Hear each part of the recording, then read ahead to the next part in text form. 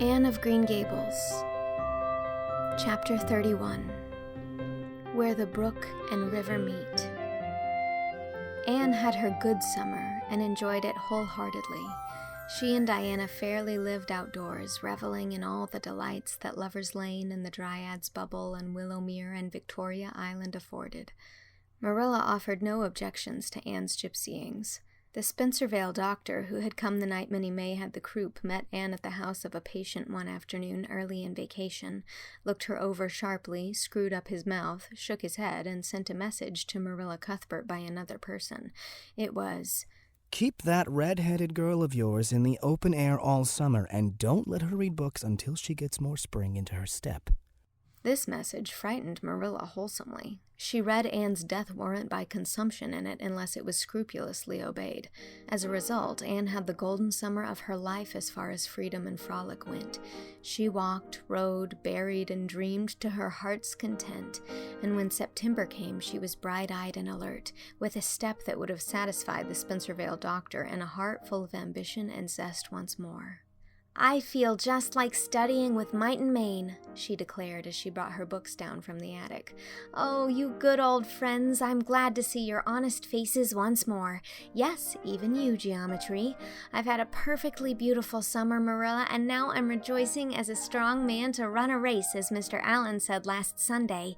Doesn't Mr. Allen preach magnificent sermons? Mrs. Lynde says he is improving every day, and the first thing we know, some city church will gobble him up, and then we'll be left and have to turn to and break in another green preacher. But I don't see the use of meeting trouble halfway, do you, Marilla? I think it would be better just to enjoy Mr. Allen while we have him. If I were a man, I think I'd be a minister. They can have such an influence for good if their theology is sound, and it must be thrilling to preach splendid sermons and stir your hearers' hearts. Why can't women be ministers, Marilla? I asked Mrs. Lynde that, and she was shocked and said it would be a scandalous thing. She said there might be female ministers in the States, and she believed there was, but thank goodness we hadn't got to that stage in Canada yet, and she hoped we never would. But I don't see why. I think women would make splendid ministers. When there is a social to be got up, or a church tea, or anything else to raise money, the women have to turn to and do the work.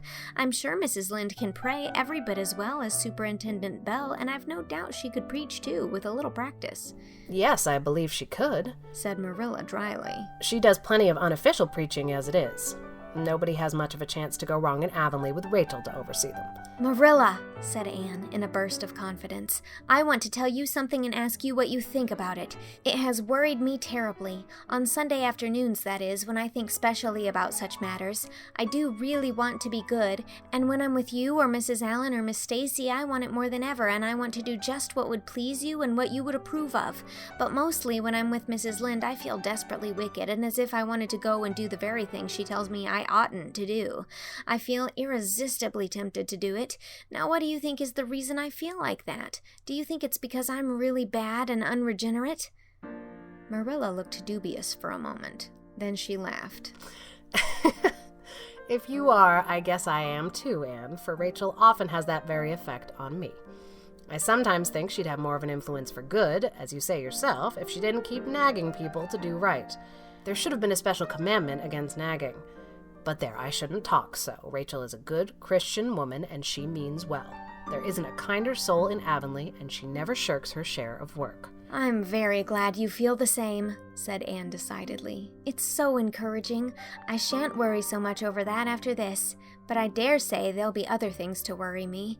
They keep coming up new all the time. Things to perplex you, you know. You settle one question and there's another right after. There are so many things to be thought over and decided when you're beginning to grow up. It keeps me busy all the time thinking them over and deciding what is right. It's a serious thing to grow up, isn't it, Marilla? But when I have such good friends as you and Matthew and Mrs. Allen and Miss Stacy, I ought to grow up successfully, and I'm sure it will be my own fault if I don't. I feel it's a great responsibility because I have only the one chance. If I don't grow up right, I can't go back and begin over again. I've grown 2 inches this summer, Marilla. Mr. Gillis measured me at Ruby's party. I'm so glad you made my new dresses longer. That dark green one is so pretty, and it was sweet of you to put on the flounce. Of course, I know it wasn't really necessary, but flounces are so stylish this fall, and Josie Pye has flounces on all her dresses. I know I'll be able to study better because of mine. I shall have such a comfortable feeling deep down in my mind about that flounce. It's worth something to have that, admitted Marilla. Miss Stacy came back to Avonlea School and found all her pupils eager for work once more.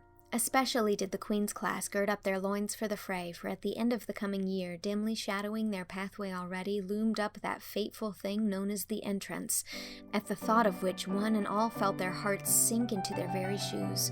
Suppose they did not pass?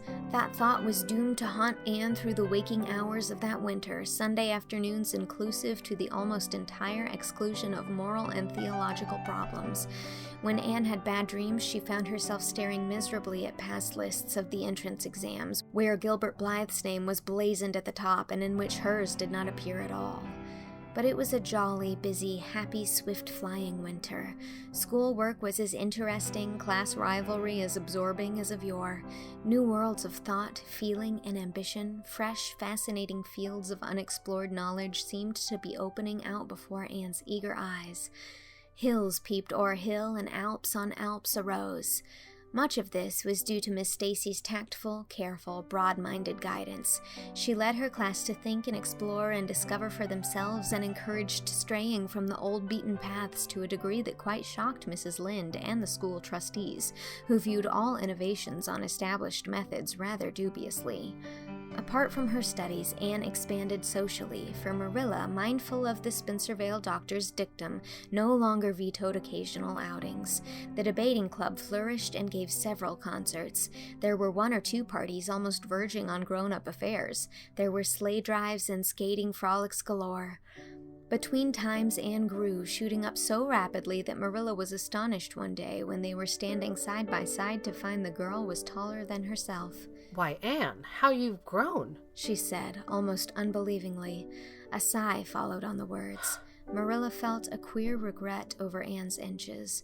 The child she had learned to love had vanished somehow, and here was this tall, serious-eyed girl of 15, with the thoughtful brows and the proudly poised little head in her place.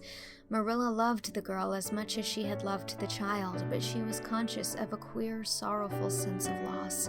And that night when Anne had gone to prayer meeting with Diana, Marilla sat alone in the wintry twilight and indulged in the weakness of a cry. Matthew, coming in with a lantern, caught her at it and gazed at her in such consternation that Marilla had to laugh through her tears. "I was thinking about Anne," she explained. "She's got to be such a big girl, and she'll probably be away from us next winter. I'll miss her terrible." "She'll be able to come home often," comforted Matthew, to whom Anne was as yet and always would be the little, eager girl he had brought home from Bright River on that June evening 4 years before. "The branch railroad will be built to Carmody by that time."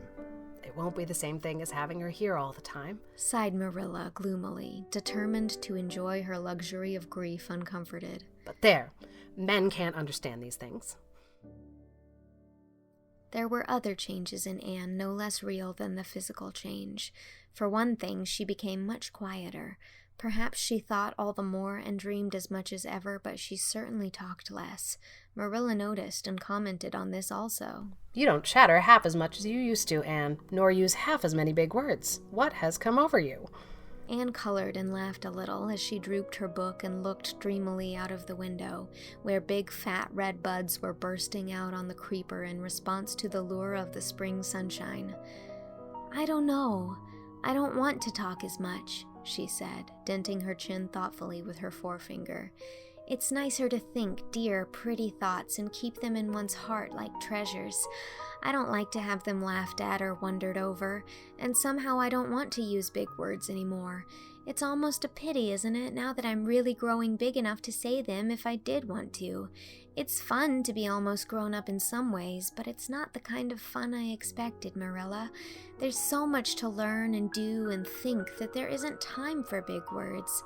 Besides, Miss Stacy says the short ones are much stronger and better. She makes us write all our essays as simply as possible. It was hard at first. I was so used to crowding in all the fine big words I could think of, and I thought of any number of them, but I've got used to it now, and I see it's so much better. What has become of your story club? I haven't heard you speak of it for a long time. The story club isn't in existence any longer. We hadn't time for it, and anyhow, I think we had got tired of it. It was silly to be writing about love and murder and elopements and mysteries. Miss Stacy sometimes has us write a story for training in composition, but she won't let us write anything but what might happen in Avonlea in our own lives, and she criticizes it very sharply and makes us criticize our own too. I never thought my compositions had so many faults until I began to look for them myself. I felt so ashamed I wanted to give up altogether, but Miss Stacy said I could learn to write well if I only trained myself to be my own severest critic, and so I am trying to. You've only 2 more months before the entrance, said Marilla. Do you think you'll be able to get through? Anne shivered. I don't know. Sometimes I think I'll be all right, and then I get horribly afraid. We've studied hard, and Miss Stacy has drilled us thoroughly, but we mayn't get through for all that. We've each got a stumbling block. Mine is geometry, of course, and Jane's is Latin, and Ruby and Charlie's is algebra, and Josie's is arithmetic. Moody Spurgeon says he feels it in his bones that he is going to fail in English history. Miss Stacy is going to give us examinations in June just as hard as we'll have at the entrance and mark us just as strictly so we'll have some idea. I wish it was all over, Marilla. It haunts me. Sometimes I wake up in the night and wonder what I'll do if I don't pass. Why, go to school next year and try again, said Marilla unconcernedly. Oh, I don't believe I'd have the heart for it. It would be such a disgrace to fail, especially if the others passed. And I get so nervous in an examination that I'm likely to make a mess of it. I wish I had nerves like Jane Andrews. Nothing rattles her. Anne sighed, and dragging her eyes from the witcheries of the spring world, the beckoning day of breeze and blue and the green things upspringing in the garden, buried herself resolutely in her book. There would be other springs, but if she did not succeed in passing the entrance, Anne felt convinced that she would never recover sufficiently to enjoy them.